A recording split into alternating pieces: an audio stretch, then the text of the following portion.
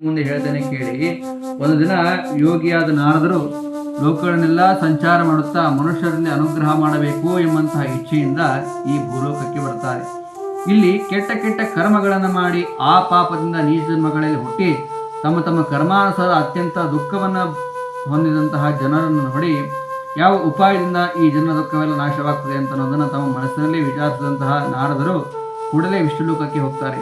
ಅಲ್ಲಿ 4 ಕೈಗಳಿಂದ ಯುಕ್ತನಾಗಿ ಶಂಖಚಕ್ರ ಕಥಾ ಪದ್ಮಗಳನ್ನು ಧರಿಸಿದಂತಹ ಶ್ರೀಮನ್ ನಾರಾಯಣನನ್ನು ನೋಡಿ ದೇವತೆಗಳಿಗೆ ಒಡೆಯನಾದಂತಹ ಆ ಭಗವಂತನನ್ನು ನಾರದ ಸ್ತೋತ್ರ ಮಾಡ್ತಾ ಇದ್ದಾರೆ. ಏನಂತಂದ್ರೆ, ಎಲೆ ವಚನಗಳಿಗೂ ಮನಸ್ಸಿಗೂ ದೂರನಾದಂಥವನೇ, ಅನಂತ ಶಕ್ತಿಯುಳ್ಳವನೇ, ಹುಟ್ಟು ಸಾವು ಮೊದಲಾದ ದೋಷ ರಹಿತನಾದಂಥವನೇ, ಸತ್ವಾದಿ ಪ್ರಾಕೃತ ಗುಣಗಳಿಂದ ರಹಿತನಾದಂಥವನೇ, ಆನಂದಾದಿ ಪೂರ್ಣ ಗುಣ ಸಂಪನ್ನನಾಗಿದ್ದೀಯ.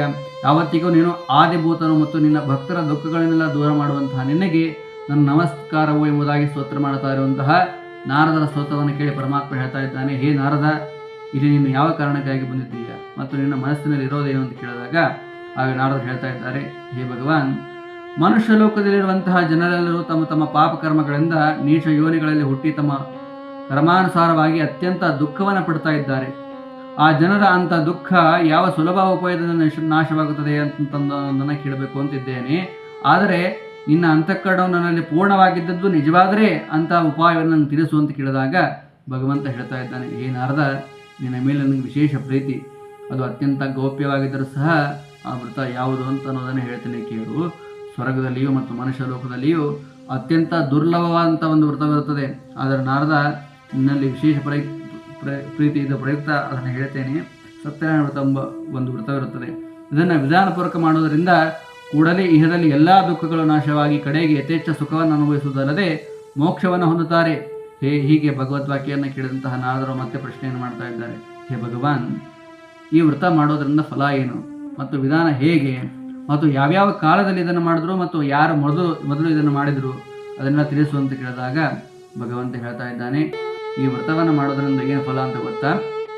ಈ ವ್ರತವನ್ನು ಮಾಡೋದರಿಂದ ದುಃಖ ಶೋಕಗಳೆಲ್ಲವೂ ಕೂಡ ನಾಶ ಹೊಂದುತ್ತವೆ, ಧನದಾಜ್ಞಾದಿಗಳು ಅಭಿವೃದ್ಧಿಯಾಗುತ್ತವೆ, ಸೌಭಾಗ್ಯ ಸಂತತಿ ಪ್ರಾಪ್ತಿಯಾಗುತ್ತದೆ ಮತ್ತು ಸರ್ವ ಕಾರ್ಯಗಳು ಈ ವ್ರತದ ಬರೇ ಸ್ಮರಣೆ ಮಾಡಿದರೇನೆ ಸಿದ್ಧಿಯನ್ನು ಹೊಂದುತ್ತದೆ. ಇದೇ ಈ ವ್ರತದ ಮಹಾಫಲ. ಇಂಥ ವ್ರತವನ್ನು ಮಾಡೋದಾದರೆ ತನ್ನ ಮನಸ್ಸಿನಲ್ಲಿ ಯಾವ ದಿನ ಮಾಡಬೇಕು ಅಂತ ಇರ್ತದೋ ಆ ದಿನ ಭಕ್ತಿಪೂರ್ವಕವಾಗಿ ನಿಶಾಮುಖ ಅಂದರೆ ಸಾಯಂಕಾಲದಲ್ಲಿ ಬ್ರಾಹ್ಮಣರಿಂದಲೂ ಮತ್ತು ಬಾಂಧವರಿಂದಲೂ ಕೂಡಿಕೊಂಡು ಧರ್ಮದಲ್ಲಿ ವಿಶೇಷ ಬುದ್ಧಿ ಇಟ್ಟವನಾಗಿ ಸತ್ಯನಾರಾಯಣ ಸ್ವಾಮಿಯನ್ನು ಪೂಜೆ ಮಾಡಬೇಕು. ಉತ್ತಮ ಸಪಾದವನ್ನು ನೈವೇದ್ಯ ತೋರಿಸಬೇಕು. ಆಮೇಲೆ ತನ್ನ ಆಪ್ತೇಷ್ಟರನ್ನು ಯುಕ್ತನಾಗಿ ತಾವು ಬ್ರಾಹ್ಮಣರ ಮುಖದಿಂದ ಸತ್ಯನಾರಾಯಣ ಕಥೆಯನ್ನು ಕೇಳಿ ಆ ಬ್ರಾಹ್ಮಣಿಗೆ ತಾಂಬೂಲ ದಕ್ಷಿಣಾದಿಗಳನ್ನು ಕೊಟ್ಟು ಬ್ರಾಹ್ಮಣರಿಗೆ ಭೋಜನಕ್ಕೆ ಹಾಕಿ ನಂತರ ಆಪ್ತೇಷ್ಟರನ್ನು ಯುಕ್ತವಾಗಿ ತಾವು ಊಟವನ್ನು ಮಾಡಬೇಕು. ಅನಂತರ ಆ ಪ್ರಸಾದ ನೈವೇದ್ಯವನ್ನು ಭಕ್ತಿಪೂರ್ವಕವಾಗಿ ಸ್ವೀಕಾರ ಮಾಡಬೇಕು. ಈ ರೀತಿ ಅದರ ವಿಧಾನವಾಗಿದೆ. ಹೀಗೆ ಮಾಡಿದಲ್ಲಿ ಮನುಷ್ಯನ ಮನೋರಥವು ಕೂಡಲೇ ಸಿದ್ಧಿಯಾಗುತ್ತದೆ. ವಿಶೇಷವಾಗಿ ಭೂತಲದಲ್ಲಿ ಈ ವ್ರತವು ಕಲಿಯುಗದಲ್ಲಿ ಬಹು ಸುಲಭವಾಗಿ ಮತ್ತು ತೀವ್ರವಾಗಿ ಫಲ ಕೊಡುವಂತಹ ವ್ರತವಾಗಿದೆ ಎಂದು ತಿಳಿಸ್ತಾ ಪ್ರತಿಮಧ್ಯಾಯವನ್ನು ಸಮರ್ಥ ಮಾಡ್ತಾ ಇದ್ದಾರೆ. ನಮಸ್ಕರಂತ ಸಹಸ್ರಮೂರ್ತಿ ಸಹಸ್ರಪಾಲಕ್ಷರು ಭಾರಿ ಸಹಸ್ರಾಮ್ಯ ಪುರುಷ ಶಾಶ್ವತಿ ಸಹಸ್ರಕೋಟಿ ಉದಾಹರಣೆ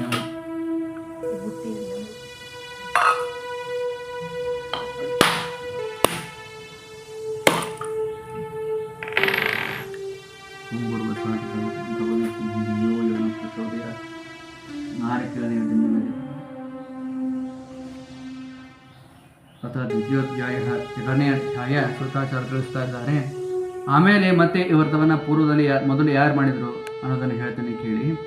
ಕಾಶಿ ಪಟ್ಟಣದಲ್ಲಿ ಅತ್ಯಂತ ದರಿದ್ರನಾದಂಥ ಒಬ್ಬ ಬ್ರಾಹ್ಮಣ ಇರ್ತಾನೆ.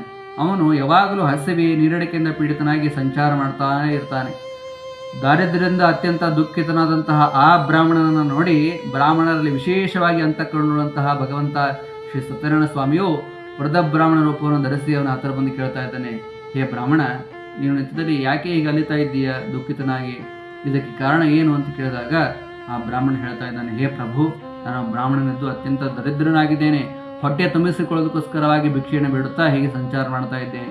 ಈ ನನ್ನ ದಾರಿದ್ರ್ಯ ನಾಶವಾಗುವಂಥ ಉಪಾಯ ತಮಗೆ ಗೊತ್ತಿದ್ದರೆ ತಿಳಿಸಿ ಅಂತ ಕೇಳಿದಾಗ ಆ ವೃದ್ಧ ಬ್ರಾಹ್ಮಣ ರೂಪವನ್ನು ಧರಿಸಿದಂತಹ ಸತ್ಯನಾರಾಯಣ ಸ್ವಾಮಿ ಹೇಳ್ತಾ ಇದ್ದಾನೆ, ಹೇ ಬ್ರಾಹ್ಮಣ, ಸತ್ಯನಾರಾಯಣ ನಮ್ಮ ವಿಷ್ಣುವು ಮನಸ್ಸಿನಲ್ಲಿ ಅಪೇಕ್ಷಿತ ಫಲಗಳನ್ನು ಕೊಡ್ತಾನೆ. ನೀನು ಆತನ ಪೂಜೆಯನ್ನು ಮಾಡು.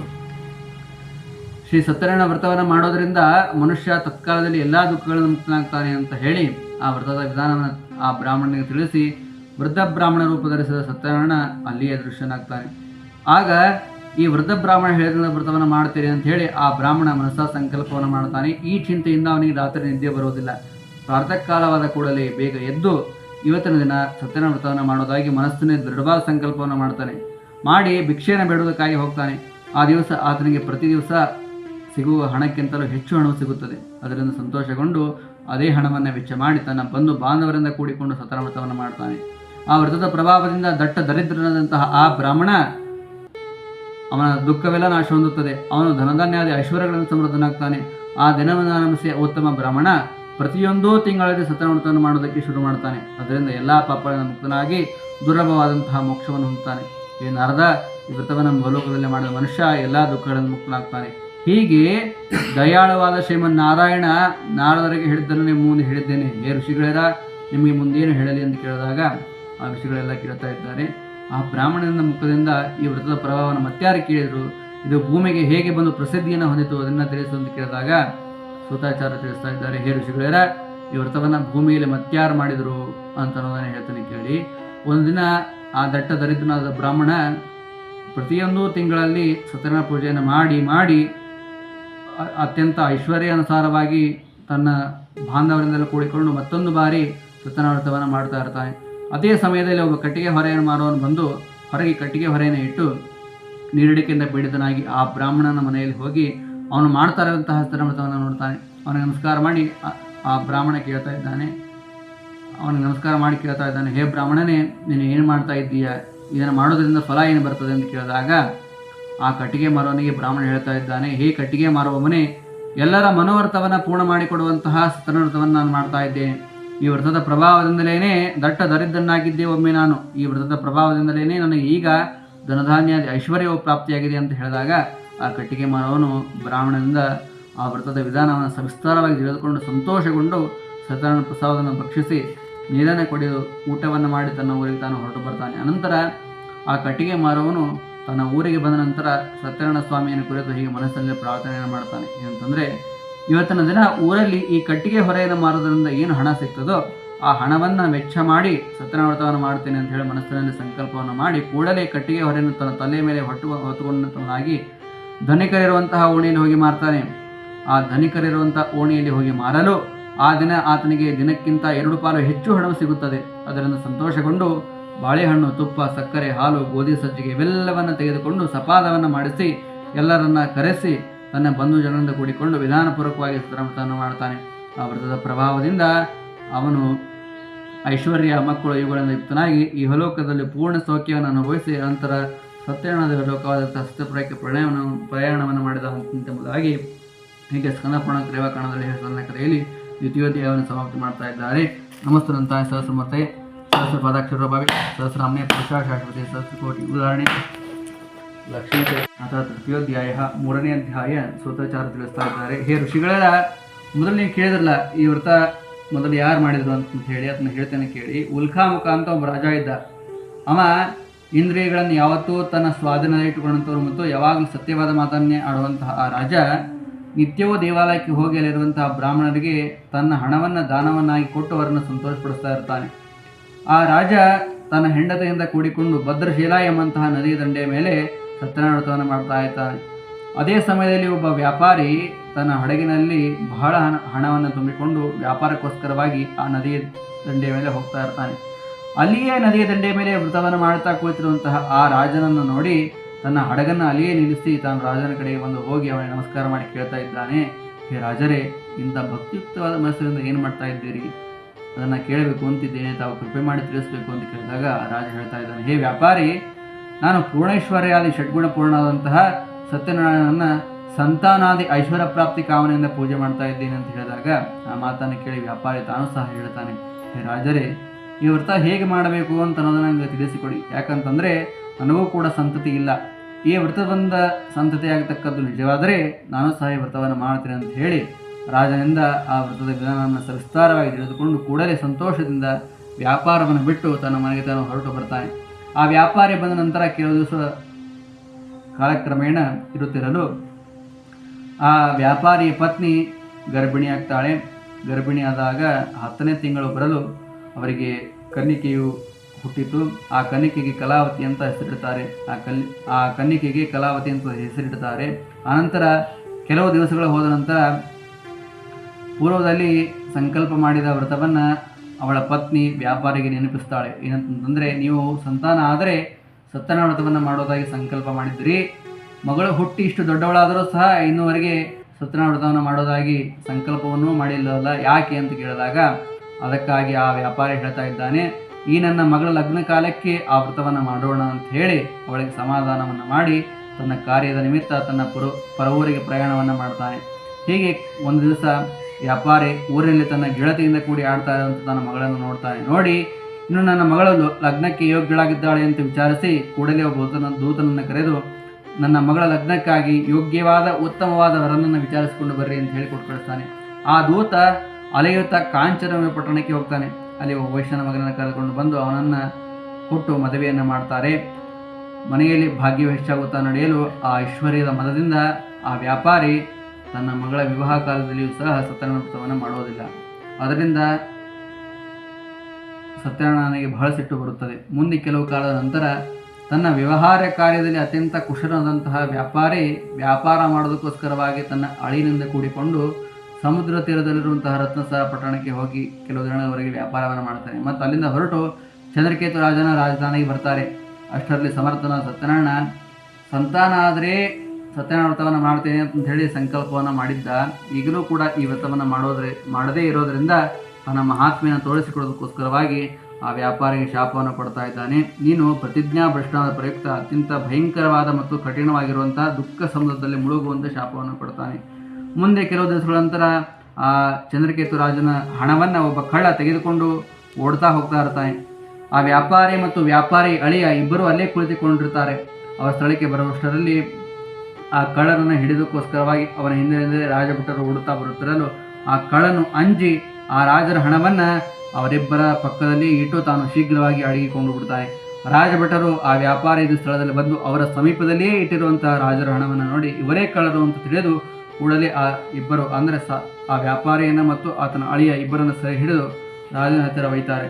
ಸಂತೋಷದಿಂದ, ಹೇ ರಾಜನೇ, ಇಬ್ಬರು ಕಳ್ಳರನ್ನು ಹಿಡಿದು ತಂದಿದ್ದೇವೆ, ಇವರಿಗೆ ಯಾವ ಶಿಕ್ಷಣ ಕೊಡಬೇಕು ಅಂತಿದ್ದೀರೋ ನಮಗೆ ಅಪ್ಪಣೆ ಕೊಡಬೇಕು ಎಂದು ಪ್ರಾರ್ಥನೆ ಮಾಡ್ತಾರೆ. ಆಗ ಬಳಿಕ ರಾಜ ಇವರ ವಿಷಯಕ್ಕೆ ಏನೋ ವಿಚಾರವನ್ನು ಮಾಡದೇನೆ ಬಂದೀಖಾನೆಯಲ್ಲಿ ಒಯ್ದಿಡ್ರಿ ಅಂತ ಆಜ್ಞಾಪನೆಯನ್ನು ಮಾಡ್ತಾನೆ. ಅಳಿಯನಿಂದ ಯುಕ್ತನಾದ ವ್ಯಾಪಾರಿ ತಾವು ಕಳ್ಳರಲ್ಲ ಅಂತ ರಾಜನಿಗೆ ಎಷ್ಟು ಕೇಳಿಕೊಂಡರೂ ಸಹ ಸತ್ಯನಾರಾಯಣ ಮಾಯಿಂದ ಅವನ ಕಡೆಗೆ 6 ಲಕ್ಷವನ್ನು ಕೊಡುವುದಿಲ್ಲ ಮತ್ತು ಅವರ ಹಣವನ್ನು ಚಂದ್ರಕೇತು ರಾಜ ತನ್ನ ಖಜಾನೆಯಲ್ಲಿ ಹಾಕಿಕೊಂಡು ಬಿಡ್ತಾನೆ. ಸತ್ಯನಾರಾಯಣ ಅವಕೃಪೆ ಮಾಡೋದರಿಂದ ಅವನ ಹೆಂಡತಿ ಮತ್ತು ವ್ಯಾಪಾರಿ ಹೆಂಡತಿ ಮತ್ತು ಮಗಳು ದುಃಖದಲ್ಲಿ ಮುಳುಗ್ತಾರೆ. ಮನೆ ಭಿಕ್ಷೆಯನ್ನು ಬಿಡುತ್ತಾ ತಿರುಗುತ್ತಾ ಇರ್ತಾರೆ.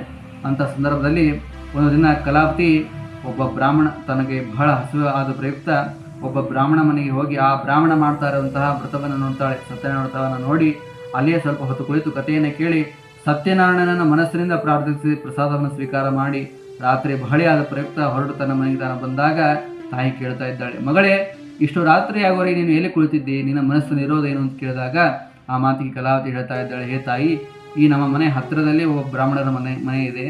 ಆ ಬ್ರಾಹ್ಮಣ ಮನೆಯಲ್ಲಿ ಮನಸ್ಸಿನಲ್ಲಿ ಬೇಡದನ್ನೆಲ್ಲ ಪೂರ್ಣ ಮಾಡಿಕೊಡುವಂತಹ ಒಂದು ವ್ರತವನ್ನು ಮಾಡ್ತಾ ಇದ್ರು. ಅದನ್ನು ನಾನು ನೋಡುತ್ತಾ ಅಲ್ಲೇ ಕುಳಿತುಕೊಂಡಿದ್ದೆ ಅಂತ ಹೇಳಿದಾಗ ಇವಳು ಆ ವಿಷಯವನ್ನು ನೆನಪು ಮಾಡಿಕೊಂಡು ತನ್ನ ಯಜಮಾನ ತನ್ನ ಪತಿ ಸತ್ಯನಾರಾಯಣ ಸ್ವಾಮಿಗೆ ಸಂಕಲ್ಪವನ್ನು ಮಾಡಿದ್ದನ್ನು ನೆನಪಿಸಿಕೊಂಡು ತಾನೂ ಸಹ ಸತ್ಯನಾರಾಯಣ ವ್ರತವನ್ನು ಮಾಡ್ತಾಳೆ. ಸತ್ಯನಾರಾಯಣ ವ್ರತವನ್ನು ಮಾಡಿ ಪೂಜೆಯನ್ನು ಮಾಡಿ, ಸ್ವಾಮಿ ಶ್ರೀ ಸತ್ಯನಾರಾಯಣನೇ ನನ್ನ ಪತಿ ನಿಮ್ಮ ಹೆಸರಿನಲ್ಲಿ ಸಂಕಲ್ಪವನ್ನು ಮಾಡಿದರು, ಸಂತಾನ ಆದರೆ ಸತ್ಯನಾರಾಯಣ ವ್ರತವನ್ನು ಮಾಡೋದಾಗಿ ಸಂಕಲ್ಪವನ್ನು ಮಾಡಿದರು. ಇದುವರೆಗೂ ಕೂಡ ಆ ವ್ರತವನ್ನು ಮಾಡದೇ ಇರೋದರಿಂದ ದಯವಿಟ್ಟು ಅವರ ಅಪರಾಧವನ್ನು ಕ್ಷಮೆ ಮಾಡುವಂತ ಬೇಡಿಕೊಂಡಾಗ ಆ ಅಪರಾಧವನ್ನು ಕ್ಷಮಿಸುವಂತ ಬೇಡಿಕೊಂಡಾಗ ಲೀಲಾವತಿಯು ಮಾಡಿದಂತಹ ವ್ರತದಿಂದ ಸಂತುಷ್ಟನಾದಂತಹ ಸತ್ಯನಾರಾಯಣ ಸ್ವಾಮಿ ಕೂಡಲೇ ಆ ಚಂದ್ರಕೇತು ರಾಜನ ಸ್ವಪ್ನದಲ್ಲಿ ಹೋಗಿ ಹೇಳ್ತಾನೆ, ಹೇ ರಾಜ, ನೀನು ಕಾರಾಗೃಹದಲ್ಲಿ ಇಟ್ಟಿದ್ದೀಯಲ್ಲ ಇಬ್ಬರು ವ್ಯಾಪಾರಿಗಳನ್ನು, ಬೆಳಗ್ಗೆ ಅವರನ್ನು ಬಂದಿಯಿಂದ ಮುಕ್ತರನ್ನಾಗಿ ಮಾಡು. ನೀನು ತೆಗೆದುಕೊಂಡಂಥ ಅವರ ಹಣವನ್ನು ಅವರಿಗೆ ನೀನು ಕೊಡು. ಹೀಗೆ ನೀನು ಮಾಡದೇ ಇದ್ದರೆ ರಾಜ್ಯ ಐಶ್ವರ್ಯ ಮಕ್ಕಳಿಂದ ಯುಕ್ತರಾದ ನಿನ್ನ ನಾನು ನಾಶ ಮಾಡಬೇಕಾಗ್ತದೆ ಅಂತ ಹೇಳಿದಾಗ ರಾಜನಿಗೆ ಹೇಳಿ ಸತ್ಯನಾರಾಯಣ ಸ್ವಾಮಿ ಅದೃಶ್ಯನಾಗ್ತಾನೆ. ಅನಂತರ ರಾಜ ಪ್ರಾತಃ ಕಾಲದಲ್ಲಿ ಎದ್ದು ತನ್ನ ನಡೆದ ಸಂಗತಿಯನ್ನು ಸಭೆಯಲ್ಲಿ ತಿಳಿಸಿ ಕಾರಾಗೃಹದಂಥ ಆ ಇಬ್ಬರು ವ್ಯಾಪಾರಿಗಳನ್ನು ಬಂದಿಯಿಂದ ಮುಕ್ತರನ್ನಾಗಿ ಮಾಡ್ರಿ ಅಂತ ತನ್ನ ಭೃತ್ಯರಿಗೆ ಆಜ್ಞಾಪನೆಯನ್ನು ಮಾಡ್ತಾನೆ. ಕೂಡಲೇ ಅವರನ್ನು ಬಂದಿಯಿಂದ ಮುಕ್ತರನ್ನಾಗಿ ಮಾಡಿ ಆ ರಾಜನ ಹತ್ತಿರ ತಂದು ನಿಲ್ಲಿಸುತ್ತಾರೆ. ಆಗ ಆ ಅತ್ಯಂತ ವಿನಯದಿಂದ ಆ ವ್ಯಾಪಾರಿಗಳು, ಹೇ ರಾಜರೇ, ತಮ್ಮ ಅಪ್ಪಣೆಯ ಪ್ರಕಾರ ಇಬ್ಬರು ವ್ಯಾಪಾರಿಗಳನ್ನು ತಂದಿದ್ದೇವೆ, ಇವರು ಇನ್ನು ಬಂದಿಂದ ಮುಕ್ತನಾಗಿದ್ದಾರೆ ಅಂತ ಹೇಳಿದಾಗ ಆ ರಾಜರನ್ನು ನೋಡಿದಂತಹ ಆ ವ್ಯಾಪಾರಿಗಳು ಅವನಿಗೆ ನಮಸ್ಕಾರ ಮಾಡಿ ತಮ್ಮ ಹಿಂದಿನ ವೃತ್ತಾಂತವನ್ನೆಲ್ಲ ಸ್ಮರಣೆ ಮಾಡಿಕೊಂಡು ಭಯದಿಂದ ಏನೋ ಮಾತನಾಡದೆ ಸುಮ್ಮನೆ ನಿಂತು ಬಿಡುತ್ತಾರೆ.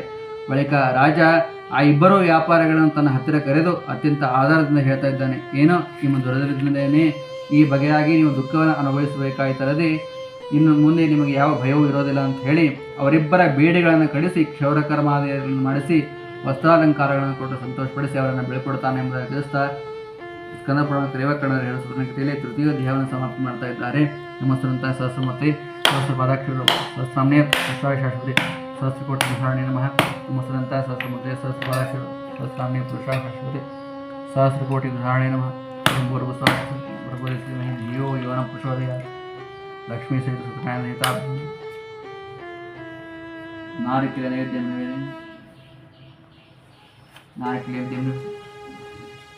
ಅಂತ ಚತುರ್ಥೋಧ್ಯಾಯ 4ನೇ ಅಧ್ಯಾಯ ಸೂತಾಚಾರ ತಿಳಿಸ್ತಾ ಇದ್ದಾರೆ. ಅನಂತರ ವ್ಯಾಪಾರಿ ಹೊರಟು ತನ್ನ ದೇಶಕ್ಕೆ ತಾನು ಬರುತ್ತಾ ಇರುವಂಥ ಸಂದರ್ಭದಲ್ಲಿ ಕೆಲವು ದೂರ ಬಂದು ನಿಂತಿರ್ತಾನೆ. ಆಗ ಇವನಿಗೆ ಈಗಲಾದರೂ ಬುದ್ಧಿ ಬಂದಿದೆಯೋ ಅಥವಾ ಇಲ್ವೋ ಅನ್ನೋದನ್ನು ಪರೀಕ್ಷೆ ಮಾಡಿ ನೋಡಬೇಕು ಅಂತ ಹೇಳಿ ಸತ್ಯನಾರಾಯಣ ಸ್ವಾಮಿ ತಿರದಂಡಿ ಸನ್ಯಾಸಿ ವೇಷವನ್ನು ಧರಿಸಿ ಅವನ ಹತ್ತಿರ ಬಂದು ಕೇಳ್ತಾ ಇದ್ದಾನೆ, ಹೇ ವ್ಯಾಪಾರಿ, ಈ ಹಡಗಿನಲ್ಲಿ ಏನನ್ನು ತುಂಬಿದ್ದೀರಿ ಅಂತ ಕೇಳಿದಾಗ ಆ ಮಾತನ್ನು ಕೇಳಿ ಮದೋನ್ಮತ್ತರಾದ ಆ ವ್ಯಾಪಾರಿಗಳು ಸ್ವಕ್ಕಿನಿಂದ ದೊಡ್ಡ ಧ್ವನಿಯಲ್ಲಿ ನಕ್ಕು ಆ ಸನ್ಯಾಸಿಯನ್ನು ಕುರಿತು ಕೇಳ್ತಾ ಇದ್ದಾರೆ, ಏ ಸನ್ಯಾಸಿ, ಇದನ್ನೆಲ್ಲ ಕೇಳಿ ಏನು ಮಾಡ್ತಿ? ಇದರಲ್ಲಿರುವ ಹಣವನ್ನೆಲ್ಲ ಅಪಹರಿಸಬೇಕೆಂದು ಇಚ್ಛಿಸಿರುವೆಯಾ ಹೇಗೆ? ನಾವು ಇದರಲ್ಲಿ ಹಣವನ್ನು ಹಾಕಿ ತುಂಬದೆ ಕೇವಲ ಎಲೆ ಬಳ್ಳಿಗಳಿಂದ ಮಾತ್ರ ಇದನ್ನು ತುಂಬಿದ್ದೇವೆ ಅಂತ ಹೇಳಿದಾಗ ಅವರ ಅತ್ಯಂತ ನಿಷ್ಠುರವಾದಂಥ ಮಾತನ್ನು ಕೇಳಿ ಸನ್ಯಾಸಿ ವೇಷಧಾರಿಯಾದಂತಹ ಸತ್ಯನಾರಾಯಣ ಸ್ವಾಮಿ ಹೇಳ್ತಾ ಇದ್ದಾನೆ, ಒಳ್ಳೆಯದು, ನೀನು ಬದದ್ದೇ ಸತ್ಯವಾಗಲಿ ಅಂತ ಹೇಳಿ ಆ ಸನ್ಯಾಸಿಯು ಸಿಂಧು ಸಮುದ್ರ ದಂಡೆಯಲ್ಲಿ ಕುಳಿತುಕೊಳ್ತಾನೆ. ಆಗ ಆ ಸನ್ಯಾಸಿ ಹೋದಂಥ ಇತ್ತ ವ್ಯಾಪಾರಿ ತನ್ನ ಹಡಗಿನ ಹತ್ರ ಬಂದು ನೋಡಿದಾಗ ಅಲ್ಲಿ ಹಣವು ಇಲ್ಲದಂತಾಗಿ ಕೇವಲ ಎಲೆ ಬಳ್ಳಿಗಳಲ್ಲಿ ತುಂಬಿದ್ದನ್ನು ಕಂಡು ಆಶ್ಚರ್ಯದಿಂದ ಭಯದಿಂದ ಮೂರ್ಛೆ ಹೋಗ್ತಾನೆ.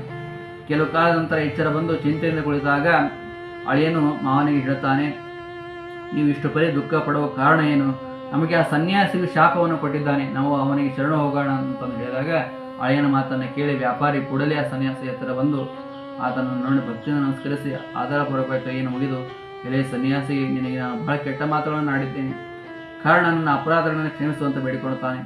ಅತ್ಯಂತ ವಿನಯದಿಂದ ಪ್ರಾರ್ಥಿಸುವಂತಹ ಅವನ ಪ್ರಾರ್ಥನೆಯನ್ನು ಕೇಳಿ ಸನ್ಯಾಸಿ ವೇಷಧಾರಿಯಾದಂತಹ ಸತ್ಯನಾರಾಯಣ ಸ್ವಾಮಿ ಹೇಳ್ತಾ ಇದ್ದಾನೆ, ಹೇ ವ್ಯಾಪಾರಿಯೇ, ನನ್ನ ಪೂಜೆಯನ್ನು ಮಾಡದಿರುವಂತಹ ವ್ಯಾಪಾರಿ, ಇನ್ನು ನೀನು ವ್ಯರ್ಥವಾಗಿ ದುಃಖ ಪಡಬೇಡ, ನನ್ನ ಮಾತನ್ನು ಕೇಳು ದುರ್ಬುದ್ಧಿಯೇ, ನನ್ನ ಅಪ್ಪಣೆಯಿಂದಲೇ ಈ ಬಗೆಯಾಗಿ ನಿನ್ನ ದುಃಖಗಳನ್ನು ಅನುಭವಿಸಬೇಕಾಯಿತು ಅಂತ ಹೇಳಿದಾಗ ಆ ಮಾತನ್ನು ಕೇಳಿ ವ್ಯಾಪಾರಿ ಹೇಳ್ತಾ ಇದ್ದಾನೆ, ಹೇ ಭಗವಾನ್, ನಿನ್ನ ಮಾಯಿಂದ ಬ್ರಹ್ಮನೇ ಮೊದಲಾದ ಎಲ್ಲ ದೇವತೆಗಳು ಮೋಹಿತರಾಗಿ ನಿನ್ನ ಬಹಳ ಆಶ್ಚರ್ಯಕರವಾದಂಥ ಗುಣ ರೂಪ ಕ್ರಿಯೆಯನ್ನು ತಿಳಿಯೋದಕ್ಕೆ ಸಮರ್ಥರಾಗೋದಿಲ್ಲ ಅಂತಂದ ಮೇಲೆ ನಾನಂತೂ ಮನುಷ್ಯನಿದ್ದೇನೆ, ವಿರಾಮೋಹಿತನಾಗಿದ್ದೇನೆ, ನಿನ್ನ ವಿಶೇಷವಾದ ಜ್ಞಾನ ಹೇಗಾದೀತು? ಹೇ ಭಗವಾನ್, ನಾನು ಅತ್ಯಂತ ಮಹಾಮೂಢನಿದ್ದೇನೆ, ನನ್ನಲ್ಲಿ ಅನುಗ್ರಹವನ್ನು ಮಾಡು, ಇನ್ನು ನಾನು ಐಶ್ವರ್ಯಾನುಸಾರವಾಗಿ ನಿನ್ನನ್ನು ಪೂಜೆ ಮಾಡ್ತೇನೆ, ನನ್ನ ಹಣವನ್ನು ಮೊದಲಿನಂತೆ ನನಗೆ ಮಾಡಿಕೊಟ್ಟು ಶರಣು ಬಂದಂಥ ನನ್ನನ್ನು ಭಕ್ತವತ್ಸಲನಾದ ನೀನು ರಕ್ಷಣೆ ಮಾಡಬೇಕು ಅಂತ ಅತ್ಯಂತ ದೈನ್ಯದಿಂದ ಭಕ್ತಿಪೂರ್ವಕವಾಗಿ ಪ್ರಾರ್ಥಿಸುವಂತಹ ವ್ಯಾಪಾರಿ ಸ್ತೋತ್ರವನ್ನು ಕೇಳಿ ಸತ್ಯನಾರಾಯಣ ಸ್ವಾಮಿ ಹೇಳ್ತಾ ಇದ್ದಾನೆ. ಅವನು ಬೇಡದಂಥ ವರವನ್ನು ಕೊಟ್ಟು ಅಲ್ಲಿಯೇ ದೃಶ್ಯನಾಗ್ತಾನೆ. ಆಗ ವ್ಯಾಪಾರಿ ಹಡಗಿನ ಬಳಿಗೆ ಬಂದು ಅದರಲ್ಲಿ ತುಂಬಿರುವಂತಹ ತನ್ನ ಹಣವನ್ನು ನೋಡಿ ಕೂಡಲೇ ಸತ್ಯನಾರಾಯಣ ಅನುಗ್ರಹದಿಂದಲೇ ನನ್ನ ಈ ಮನೋರಥ ಪೂರ್ಣವಾಯಿತು ಅಂತ ತಿಳಿದು ಕೂಡಲೇ ಸಂಭ್ರಮದೊಡನೆ ಅದೇ ಸ್ಥಳದಲ್ಲಿ ಸತ್ಯನ ಪೂಜೆಯನ್ನು ಮಾಡ್ತಾನೆ. ಬಳಿಕ ಅವನ ಅನುಗ್ರಹದಿಂದ ಪೂರ್ಣವಾದ ವ್ಯಾಪಾರಿ ತನ್ನ ದೇಶಕ್ಕೆ ಪ್ರಯಾಣವನ್ನು ಮಾಡ್ತಾನೆ. ಕೆಲವು ದೂರ ಬಂದ ನಂತರ ಅಳಿಯನನ್ನು ನೋಡಿ ವ್ಯಾಪಾರಿ ಹೇಳ್ತಾ ಇದ್ದಾನೆ, ಹೇ ಅಳಿಯ, ನೋಡು ಇದೇ ನಮ್ಮ ರತ್ನಸಾರ ಪಟ್ಟಣ ಅಂತ ತೋರಿಸಿ ಕೂಡಲೇ ತನ್ನ ಹಣದ ರಕ್ಷಕನಾದಂತಹ ಒಬ್ಬ ಭಟನನ್ನು ಕರೆದು ತಾನು ಬಂದಂತಹ ವರ್ತಮಾನವನ್ನು ತನ್ನ ಮನೆಯಲ್ಲಿ ತಿಳಿಸಿಕೊಡೋದಕ್ಕೋಸ್ಕರವಾಗಿ ಅವನನ್ನು ಕೊಟ್ಟುಕೊಡಿಸ್ತಾನೆ.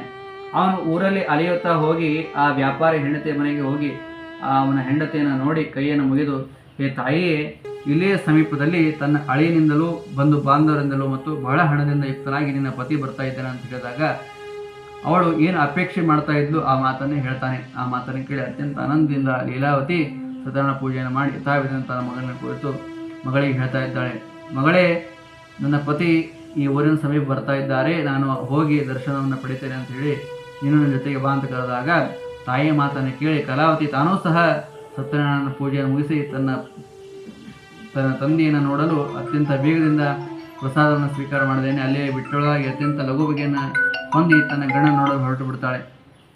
ಅದರಿಂದ ಕೃಷ್ಣನಾದಂತಹ ಶ್ರೀ ಸತ್ಯನಾರಾಯಣ ಸ್ವಾಮಿ ಕೂಡಲೇ ಅವಳ ಗಂಡ ಮತ್ತು ಅಳಿಯ ಇಬ್ಬರು ಕುಳಿತಂತಹ ಹಡಗನ್ನ ನೀರಿನ ಸಮೇತವಾಗಿ ನೀರಿನಲ್ಲಿ ಮುಳುಗಿಸಿ ಬಿಡ್ತಾನೆ. ಕಲಾವತಿ ತನ್ನ ಗಂಡನ್ನು ಕಾಣದ ಆಗಲು ಅತ್ಯಂತ ದುಃಖವನ್ನು ಹೊಂದುತ್ತಾಳೆ. ಅತ್ಯಂತ ದುಃಖದಿಂದ ಪೂರ್ಣವಾದಂತಹ ಆ ಕಲಾವತಿ ಕೂಡಲೇ ಸತ್ಯನಾರಾಯಣ ಸ್ವಾಮಿಯನ್ನು ಪ್ರಾರ್ಥನೆ ಮಾಡ್ತಾಳೆ. ಆಗ ಸತ್ಯನಾರಾಯಣ ಸ್ವಾಮಿಯು ಆಕಾಶವಾಣಿ ಮೂಲಕವಾಗಿ ಈ ರೀತಿಯಾಗಿ ತಿಳಿಸ್ತಾನೆ. ಏನಂತಂದರೆ ನಿನ್ನ ಮಗಳು ಪ್ರಸಾದವನ್ನು ಸ್ವೀಕಾರ ಮಾಡದೇ ಬಂದಿದ್ದಾಳೆ. ಮನೆಗೆ ಹೋಗಿ ಪುನಃ ಪ್ರಸಾದವನ್ನು ಸ್ವೀಕಾರ ಮಾಡಿ ಬಂದದ್ದೇ ಆದಲ್ಲಿ ತನ್ನ ಪತಿಯನ್ನು ತಾನು ಹೊಂದುತ್ತಾಳೆ ಎಂಬುದಾಗಿ ಆಕಾಶವಾಣಿ ಮೂಲಕವಾಗಿ ಶ್ರೀ ಸತ್ಯನಾರಾಯಣ ಸ್ವಾಮಿ ನುಡಿದಾಗ ಕೂಡಲೇ ಮನೆಗೆ ಬಂದು ಅತ್ಯಂತ ಸಂಭ್ರಮದೊಡನೆ ಮತ್ತೊಂದು ಬಾರಿ ಯಥಾಶಕ್ತಿಯಿಂದ ಸತ್ಯನಾರಾಯಣ ವ್ರತವನ್ನು ಮಾಡಿ ಆ ಪ್ರಸಾದವನ್ನು ಭಕ್ತಿಯಿಂದ ಸ್ವೀಕಾರ ಮಾಡಿ ದಂಡೆಗೆ ಬಂದು ಆ ಹಡಗಿನಲ್ಲಿರುವಂಥ ತನ್ನ ಪತಿಯನ್ನು ತಾನು ಹೊಂದುತ್ತಾಳೆ ಎಂಬುದಾಗಿ ತಿಳಿಸ್ತಾ ಸ್ಕಂದಪುರಾಣ ತ್ರೈವಕರ್ಣದ ಹೇಳ್ತಾನ ಕಥೆಯಲ್ಲಿ ಚತುರ್ಥೋಧ್ಯಾಯವನ್ನು ಸಮಾಪ್ತಿ ಮಾಡ್ತಾ ಇದ್ದಾರೆ. ನಮಸ್ಕಾರ. ಪಂಚಮೋಧ್ಯಾಯ ಶೋಧಾಚಾರ ತಿಳಿಸ್ತಾ ಇದ್ದಾರೆ. ಹೇ ಋಷಿಗಳರ ಇನ್ನೊಂದು ಕಥೆಯನ್ನು ಹೇಳ್ತಾನೆ ಕೇಳಿ. ಯಾವಾಗಲೂ ಪ್ರಜೆಗಳನ್ನು ರಕ್ಷಿಸುವ ಕೆಲಸದಲ್ಲಿ ಆಸಕ್ತನಾದ ತುಂಗಧ್ವಜ ಅಂತ ಒಬ್ಬ ರಾಜ ಇರ್ತಾನೆ. ಅವನು ಸತ್ಯನಾರಾಯಣ ಪ್ರಸಾದಕ್ಕೆ ಅವಮಾನ ಮಾಡಿದ್ದರಿಂದ ಅತ್ಯಂತ ದುಃಖವನ್ನು ಹೊಂದುತ್ತಾನೆ. ಅದು ಹೇಗೆಂದರೆ ಹೇಳ್ತೇನೆ ಕೇಳಿ. ಒಂದು ದಿನ ಆ ರಾಜ ಮೃಗದ ಬೇಟೆಗಾಗಿ ಅರಣ್ಯಕ್ಕೆ ಹೋಗಿರ್ತಾನೆ. ಅಲ್ಲಿ ಪಶುಗಳನ್ನು ಸಂಹಾರ ಮಾಡಿ ವಿಶ್ರಾಂತಿಗೋಸ್ಕರವಾಗಿ ಒಂದು ಆಲದ ಗಿಡದ ಬುಡದಲ್ಲಿ ಬಂದು ಕುಳಿತಿರ್ತಾನೆ. ಅಲ್ಲಿ ಗೋಪಾಲಕರು ಸಂತೋಷದಿಂದ ಭಕ್ತಿಯುಕ್ತರಾಗಿ ಮಾಡುತ್ತಿರುವಂತಹ ಸತ್ಯನಾರಾಯಣ ಪೂಜೆಯನ್ನು ನೋಡ್ತಾನೆ. ನೋಡಿದರೂ ಸಹ ರಾಜ ಸ್ವಚ್ಛನಿಂದ ಅಲ್ಲಿಗೆ ಹೋಗೋದಿಲ್ಲ ಮತ್ತು ನಮಸ್ಕಾರವನ್ನೂ ಮಾಡೋದಿಲ್ಲ.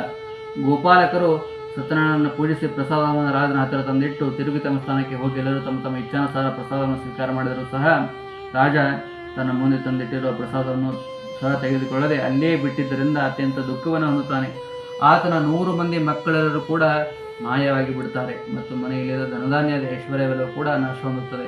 ಹೀಗಾಗಲು ರಾಜ ಶ್ರೀ ಸತ್ಯನಾರಾಯಣಕ್ಕೆ ಹೋಗಿದರೇನೆ ನನಗೆ ಇಂಥ ಪ್ರಸಂಗ ಉಂಟಾಗಿದೆ, ಇದರ ಸಂಶಯವಿಲ್ಲ. ತತ್ಪ್ರಯುಕ್ತ ಯಾವ ಸ್ಥಳದಲ್ಲಿ ನಾನು ಸತ್ಯನಾರಾಯಣನಿಗೆ ಅವಮರ್ಯಾದೆಯನ್ನು ಮಾಡಿದ್ದೇನೋ ಅಲ್ಲಿಯೇ ಹೋಗತಕ್ಕಂಥ ಯೋಗ್ಯ ವ್ರತ ಅಂತ ಹೇಳಿ ಮನಸ್ಸಲ್ಲಿ ಸಂಕಲ್ಪವನ್ನು ಮಾಡಿ ಕೂಡಲೇ ಆ ಸ್ಥಳಕ್ಕೆ ಹೋಗಿ ಅಲ್ಲಿ ಗೋಪಾಲಕರ ಬಳಿಯಲ್ಲಿ ತಾನೂ ಅವರಿಂದ ಕೂಡಿಕೊಂಡು ಮನಸ್ಸಾ ಭಕ್ತಿಗಳನ್ನಾಗಿ ಸತ್ಯನಾರಾಯಣ ಪೂಜೆಯನ್ನು ಮಾಡ್ತಾನೆ. ಅದರಿಂದ ರಾಜ ಪುನಃ ಐಶ್ವರ್ಯ ಮಕ್ಕಳಿಂದ ಯುಕ್ತನಾಗಿ ಇಹಲೋಕದಲ್ಲಿ ಸೌಖ್ಯದಿಂದ ಅನಂತರ ಸತ್ಯಪುರಕ್ಕೆ ಪ್ರಯಾಣವನ್ನು ಮಾಡ್ತಾನೆ. ಇಂತಹ ಪರಮ ದುರ್ಲಭವಾದಂತಹ ಸತ್ಯನಾರಾಯಣ ವ್ರತವನ್ನು ಭಕ್ತಿಪೂರ್ವಕವಾಗಿ ಯಾರು ಮಾಡ್ತಾರೋ ಮತ್ತು ಸರಳ ಫಲವನ್ನು ಸಮೃದ್ಧಿ ಮಾಡಿಕೊಡುವಂಥ ಈ ಕಥೆಯನ್ನು ಯಾರು ಕೇಳ್ತಾರೋ ಅವರು ಸತ್ಯನಾರಾಯಣ ಅನುಗ್ರಹದಿಂದ ಧನಧಾನ್ಯದಿಂದ ಸಮೃದ್ಧರಾಗ್ತಾರೆ. ಇಂಥ ವ್ರತವನ್ನು ದರಿದ್ರರು ಮಾಡುವುದರಿಂದ ಐಶ್ವರ್ಯದಿಂದ ಪೂರ್ಣನಾಗ್ತಾನೆ, ಕಾರಾಗೃಹದಿಂದ ಒಂದು ಬಂಧನದಿಂದ ಮುಕ್ತನಾಗ್ತಾನೆ. ಇದಷ್ಟೇ ಅಲ್ಲದೆ ಹೇ ಋಷಿಗಳಿರ, ಯಾವ ವ್ರತವನ್ನು ಮಾಡಿದ ಮಾತ್ರದಿಂದ ಮನುಷ್ಯ ಎಲ್ಲ ದುಃಖಗಳಿಂದ ಮುಕ್ತನಾಗ್ತಾನೋ ಅಂಥ ಸತ್ಯನಾರಾಯಣ ವ್ರತವನ್ನು ನಿಮ್ಮ ಮುಂದೆ ತಿಳಿಸಿದ್ದೇನೆ. ಈ ಕಲಿಯುಗದಲ್ಲಂತೂ ಸತ್ಯನಾರಾಯಣ ಪೂಜೆಯು ಬಹಳ ಶೀಘ್ರವಾಗಿ ಫಲ ಕೊಡುವಂಥ ವ್ರತವಾಗಿರುತ್ತದೆ. ಇವನಿಗೆ ಕೆಲವು ಹೆಸರುಗಳಿಂದ ಕರೀತಾರೆ. ಏನಂತಂದರೆ ಕೆಲವರು ಕಾಲ ಅಂತ, ಕೆಲವರು ಸತ್ಯ ಅಂತ, ಕೆಲವರು ಈಶಾ ಅಂತ, ಇನ್ನೂ ಕೆಲವರು ಸತ್ಯನಾರಾಯಣ ಮತ್ತು ಸತ್ಯದೇವ ಎಂತಲೂ ಕರೆಯುತ್ತಾರೆ. ಹೀಗೆ ನಾನಾ ರೂಪಗಳನ್ನು ಧರಿಸಿ ಜನರ ಮನೋರಥಗಳನ್ನು ಪೂರ್ಣ ಮಾಡಿಕೊಡುವಂಥ ಈ ಭಗವಂತ ಕಲಿಯುಗದಲ್ಲಿ ಸತ್ಯವ್ರತ ಎಂಬ ಹೆಸರಿನಿಂದ ಅವತಾರವನ್ನು ಮಾಡುವನಿದ್ದಾನೆ. ಋಷಿಗಳಿರ ಶ್ರೀ ಸತ್ಯನಾರಾಯಣ ಕಥೆಯನ್ನು ನಿತ್ಯದಲ್ಲಿ ಯಾರು ಪಠಿಸುವರೋ ಮತ್ತು ಯಾರು ಶ್ರವಣವನ್ನು ಮಾಡುತ್ತಾರೋ ಅವರ ಪಾಪ ದುಃಖಗಳೆಲ್ಲವೂ ಕೂಡ ನಿಶ್ಚಯವಾಗಿ ಸತ್ಯನಾರಾಯಣ ಅನುಗ್ರಹದ ನಾಶವಾಗ್ತದೆ ಎಂಬುದಾಗಿ ತಿಳಿಸ್ತಾ ಸ್ಕಂದಪುರಾಣ ತ್ರೈವಕರ್ಣದ ಸತ್ಯನ ಕಥೆಯಲ್ಲಿ ಪಂಚಮೋಧ್ಯಾಯವನ್ನು ಮಾಡ್ತಾ ಇದ್ದಾರೆ. ನಮಸ್ತೆ ಮತ್ತೆ ಸಹಸ್ರ ಶರವಾಯ ಸಹಸ್ರಾಮನೆ ಪುರುಷ ಶಾಶ್ವತಿ ಸಹಸ್ರಕೋಟಿ ಧಾರಣೆ ನಮಃ ಕಲ್ಯಾಣ ಕಾಂತ ಶ್ರೀನಿವಾಸಾಯ ಯೋ ಯೋನ ಪುರುಷ